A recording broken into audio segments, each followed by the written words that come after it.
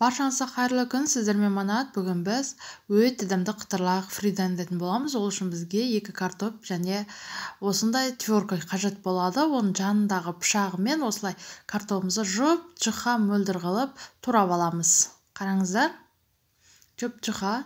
Енді осы картопымызды 2-3 қайтара сумен жуып аламыз.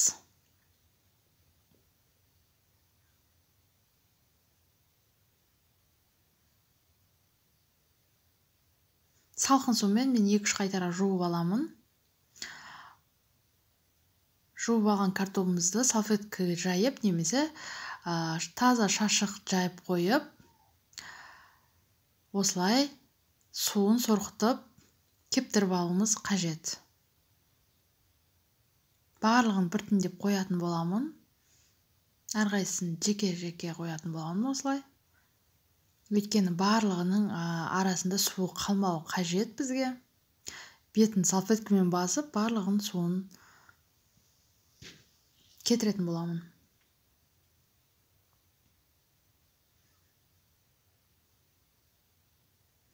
Осылай салфетканы баса отырып, суын кептіретін боламын.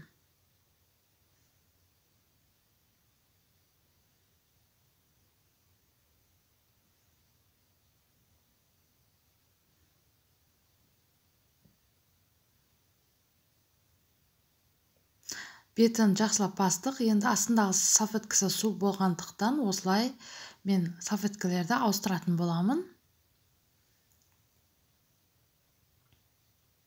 Астыңғы жағының да су кетуі қажет.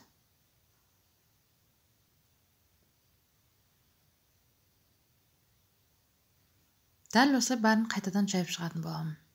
Сөйтіп үстін жақсылап тағы да салфеткамен 1-2 рет басамын. Одан кейін таза осындай қол шашығымыз болса, тағы да су кетпеді деген күмәніңіз болса, осылай сүртіп, жақсылап суын кетіріп алсаңыз болады. Мен барлығын осылай салфеткамен сүртіп алдым. Енді осыған кукурузный крахмалды он сияқты етіп, осында електің көмегімен өткізіп, мен араластырып алатын боламын. Қытырлақ қалуына бірден бір себеп осы кукурузный крахмал.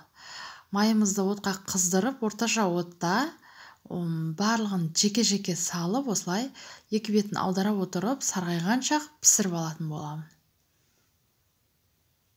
Өте жылдам, өте тез піседі, өйткені картопымыз өте жұқа мөлдір болып туралған.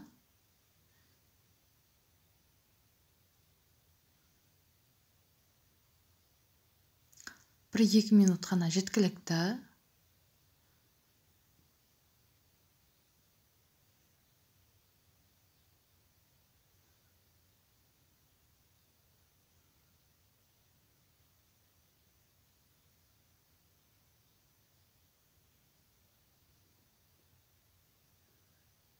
Барлығын осылай жеке-жеке салып алатын боламын.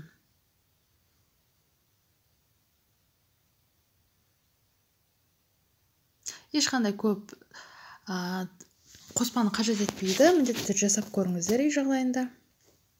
Өте қытырлақ, өте дәмді. Қараңыздар, біздің чипсіміз дайын. Үй жағдайында осындай жағдай дайындап көріңіздер. Түрлі соустармен жесеңіздер болады. Түрлі дәмдеуіштер, чесночный, сырный, түрлі дәмдеуіштер, бұрыштар араластырсаңыздар да болады. Мен ешқандай қоспасыз дайындайтын боламын. Менімен